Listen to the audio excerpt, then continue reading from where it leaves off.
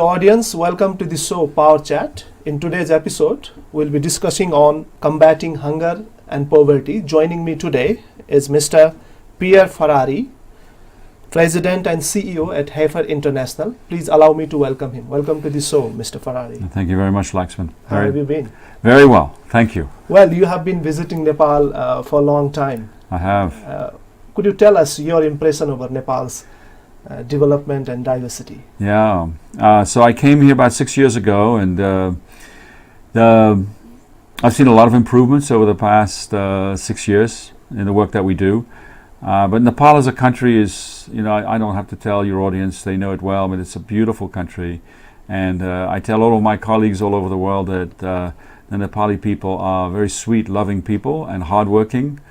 So my impression is that with the work that if everybody can pull together, I think poverty and hunger can be conquered here. And it's been shrinking. I mean, things are getting better. So it's a place that has a special niche in my heart. I really like it very much. What are the changes you noticed during last 6 years? Yeah, you have been here. Well, I think aside from the disasters like the quake and the floods and everything else, there's clearly a change in infrastructure. A positive change. I've noticed, for example, these are small changes, but they're important. You notice that there is more water availability. You notice, for example, that you have more internet access, including 3G network access in many more locations than before. All that helps. And then you get a sense generally that the economy has been growing. The demand for goods and services is growing. There's a small tick up every year, and that's all very encouraging. So yeah, things are improving. Well, Heifer International, the organization that you are leading globally, it's already been 2 decades that Heifer International established its office here in Nepal. Yeah. How do you assess the accomplishment of your work, that of the global mandate in combating hunger and poverty in relation to the organization's presence here in Nepal? Yeah.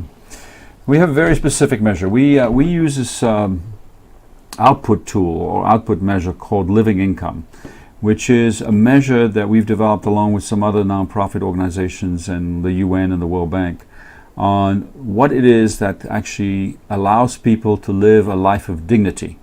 So this is not just the World Bank poverty level, it's actually higher to make sure the individual family can actually afford education, a balanced diet, a nutritious diet, clothing, housing, etc. So we have made substantial improvements on that measure with the communities that we work.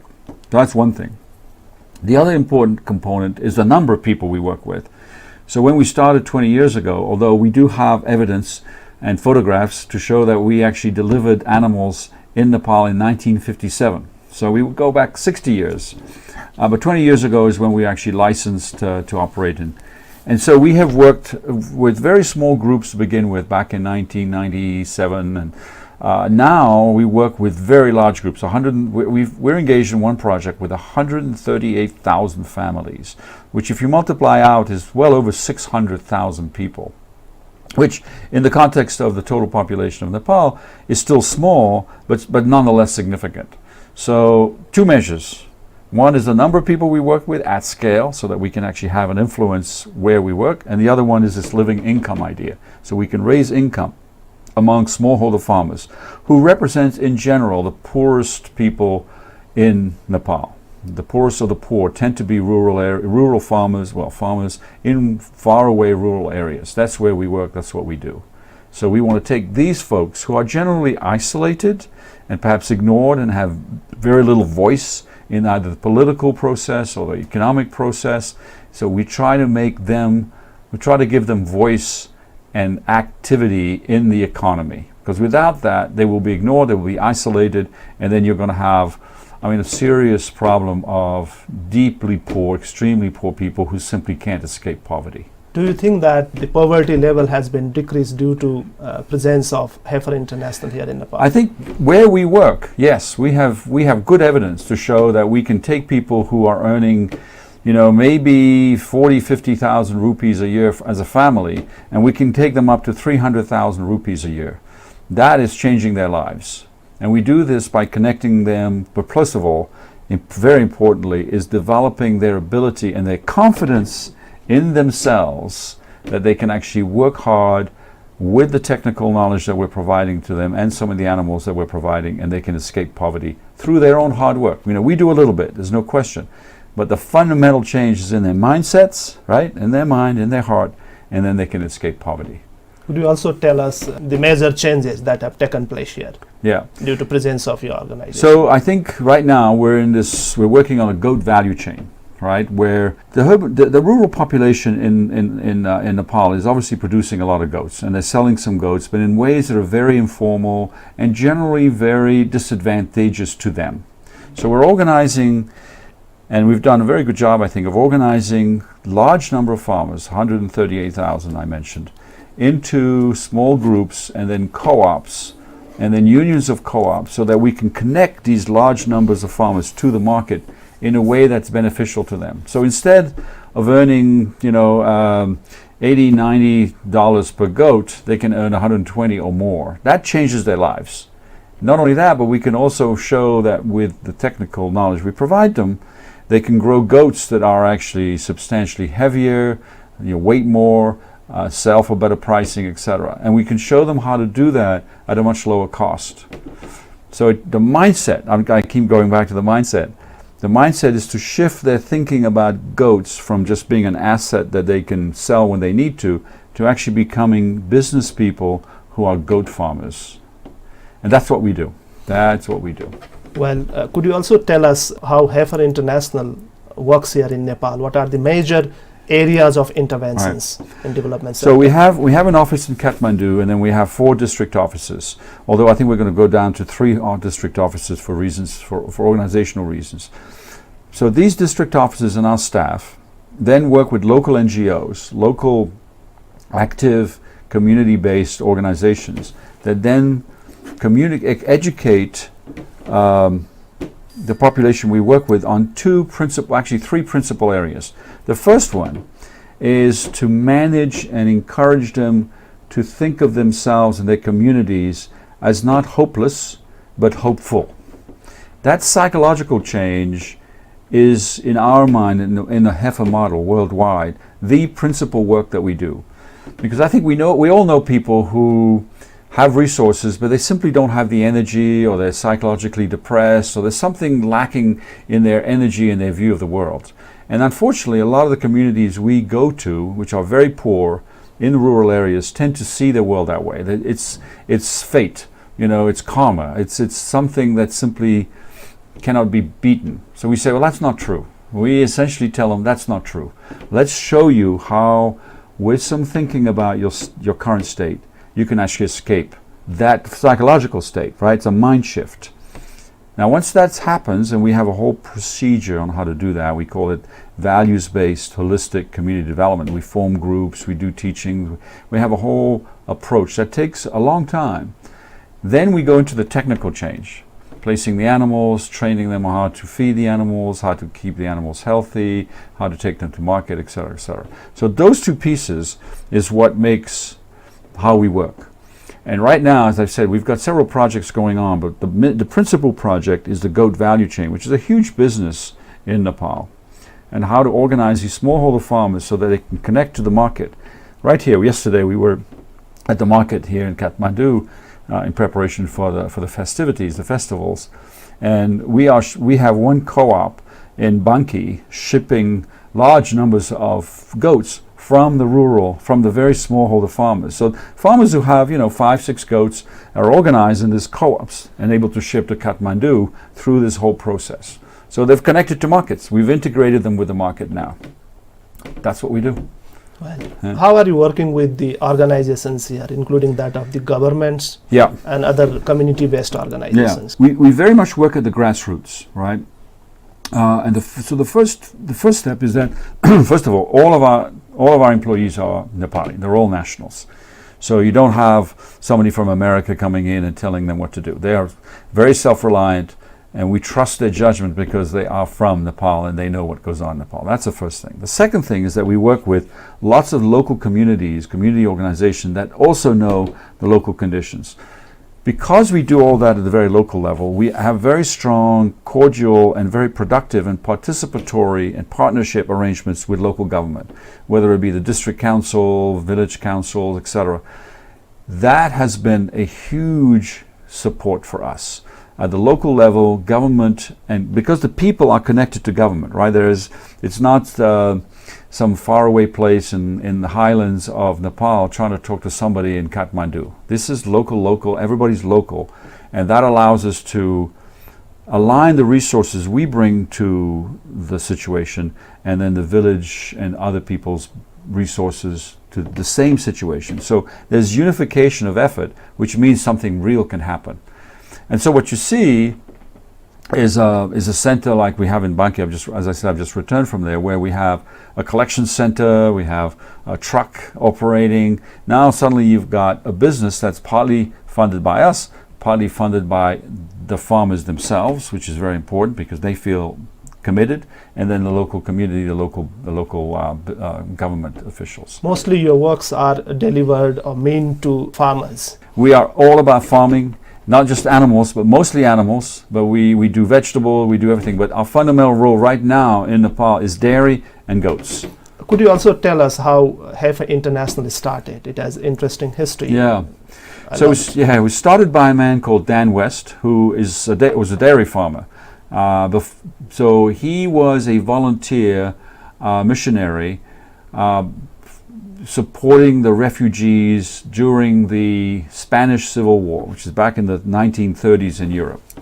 So his commitment, he was out there feeding the refugees. He said, we're giving away milk. What these people really need is a cow.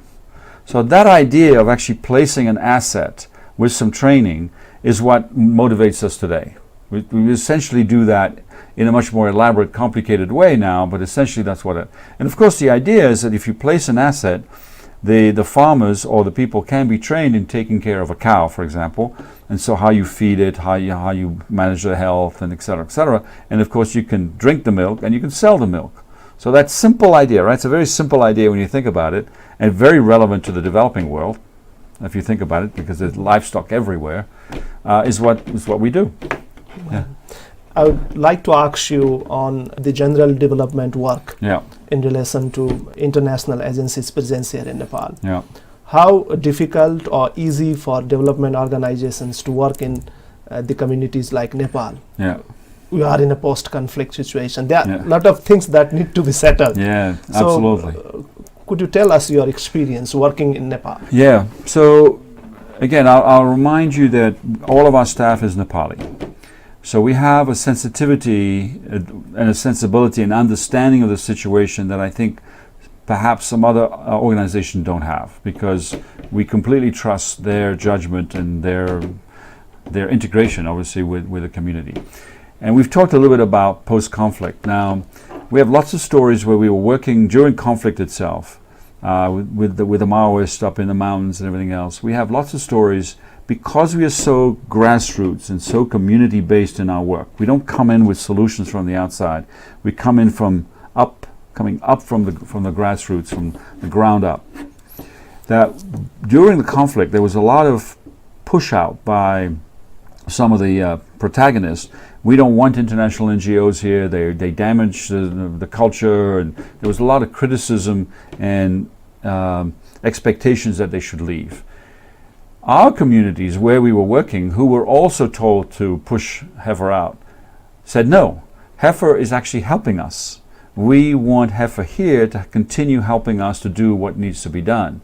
So yes, there was conflict, it is post-conflict, but we don't involve in that because we're part of the community. It's a very different mindset. So we're not engaged in the political play, we're not engaged in all that. We work and live with the farmers. You mean that your activities, your works were never disturbed? There were no hostile environment here in Nepal? They're never disturbed. I know it's difficult to believe sometimes, but they were not. Mm-hmm. Yeah. Well, it's already 2 decades. Yeah, of course. A few days ago, you were celebrating the presence of 2 decades of Heifer International here in Nepal. Mm-hmm. How do you assess the impact of Heifer International work here in Nepal? Yeah. Do you think that the poverty level is significantly decreased? So where we work, Where we work, yes, we have significantly, actually, frankly, I would use the word eliminated poverty where we work. You go, and I would encourage you at some point to go and see the communities where we work, and you will see the elimination of poverty. So you'll see, and the way we measure it is through this living income idea. Nutrition is improved, both in terms of total calories as well as micronutrients and protein. Housing is improved, clothing is improved, most importantly, the educational level has improved. In fact, we have one woman, just as an example, was a farmer, a smallholder farmer. She had maybe three goats when we got there. We taught her how to raise the goats properly, feed the goats, etc. So she actually built a business.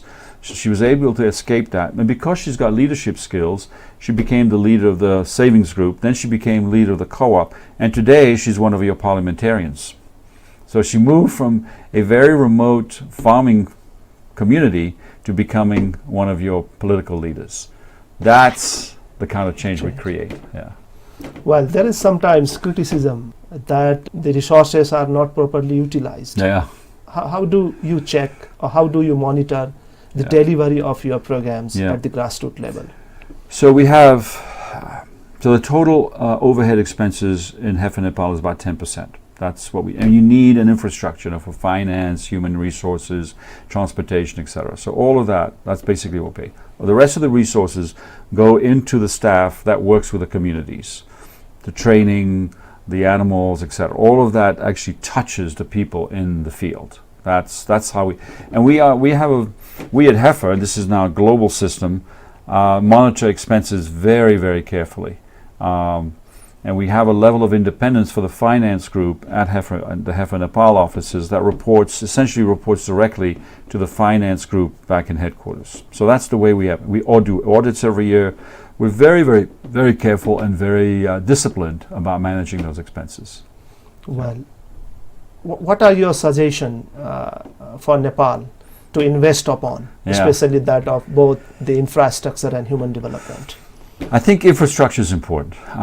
When you think about, and that's, I'm not going to say anything really new here because I think it's well understood. I don't know if it's being done. But for our farmers, and again, I'll just use this recent example of being in the Banki district. The road from Banki, from the Palbanj all the way to Kathmandu is a really important connector for the market, for the farmers down there to actually sell goats. So, the farmers there are competing against goats from India. There's absolutely no reason why Nepal should import goats from India. None. The farmers in Nepal can produce all the goats that are needed here. But the system is such that it's allowed this importation to happen when in fact, with a little organization on the part of our part and part of the government to support it, we could get all of that substituted with Nepali goat. But we need good infrastructure. And we need electricity and we need water, because if you go across the border, south of the border, and you look at the way they're raising their goats, they've got more infrastructure, and that's helping them. So to compete, and we are competing now, we're competing in terms of quality of the goats, pricing of the goats, both quality in terms of the amount of meat per goat and the quality and the taste of the goat. We know we can win. So to answer your question, infrastructure is an important one. Electricity is important. Because if you think about a modern meat value chain, right, from the farmer all the way to market, you're going to need electricity so that you can have refrigeration. That's going to be needed. And there's simply not enough electricity right now. So for us to have a good enabling environment for us to do the work that we do to allow farmers to escape and to organize, I would say that's the principal thing. And water is an important thing. So it's water, electricity, and roads. How do you see the issues of empowerment here in Nepal with relation to your work? Yeah. So women's empowerment in particular, let me pick that subject up. We've got, as I said, we've got one project right now, an important project called, it's 138,000 farmers. All of them are women. So we have formed over 200 co-ops, all led by women. We have unions, all led by women. The importance of having women-led organizations cannot be overemphasized, because that level of empowerment allows half the population and half of the energy, half of the entrepreneurial activity and spirit that exists to help Nepal out of poverty. So our principal product, our principal service to the communities is actually to get that to happen. How do we get women to come out of the house? How do we get women to have conversations in the village, eliminate caste? Because we'll have the Brahmins sitting down with the Dalits in the meeting together now. Doesn't happen normally.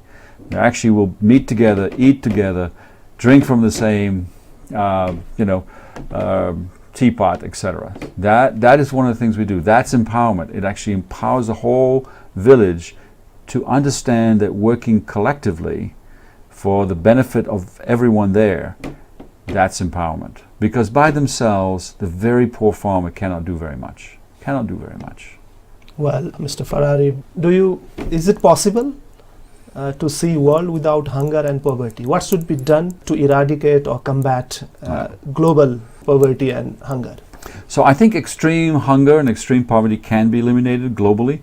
I think you're going to have military, political, climatic things which are going to create, if you believe, which I do, in climate change, I think you're going to get to see globally, some damage constantly. You're going to see some damage, and I think that's going to be tough to eradicate, because when several million people are being displaced because of some climatic or even, say, a situation like you have with the Rohingya in Bangladesh and Myanmar, I don't know how you stop that.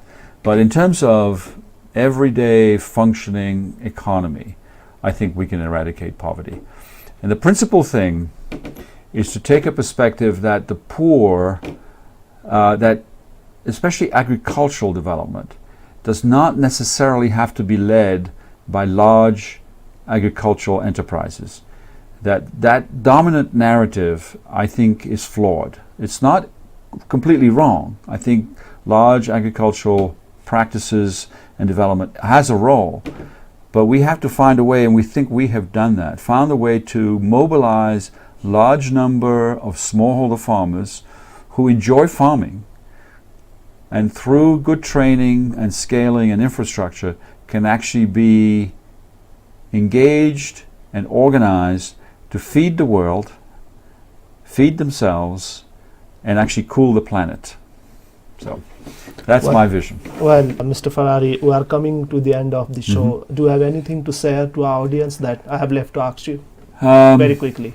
No, I just think that I want to say one thing. As we work and as other people work in Nepal, I would pay attention. I would ask your audience to pay attention where they buy their products.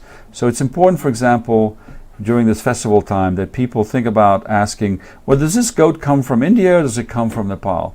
I think it's important for a country to be sovereign in their food. And if the consumer, people like your audience, say, I would like to buy a Nepalese goat, I would like to buy Nepalese milk, I would like to buy Nepalese chicken, I think that helps a lot, because that can develop the local economy, which I think ultimately supports everybody. Well, Mr. Ferrari, thanks for joining us. It was a pleasure talking to you. Pleasure talking to you, sir. Thank you. Dear audience, time now to wrap up the show. Keep watching us. See you next week. Namaste.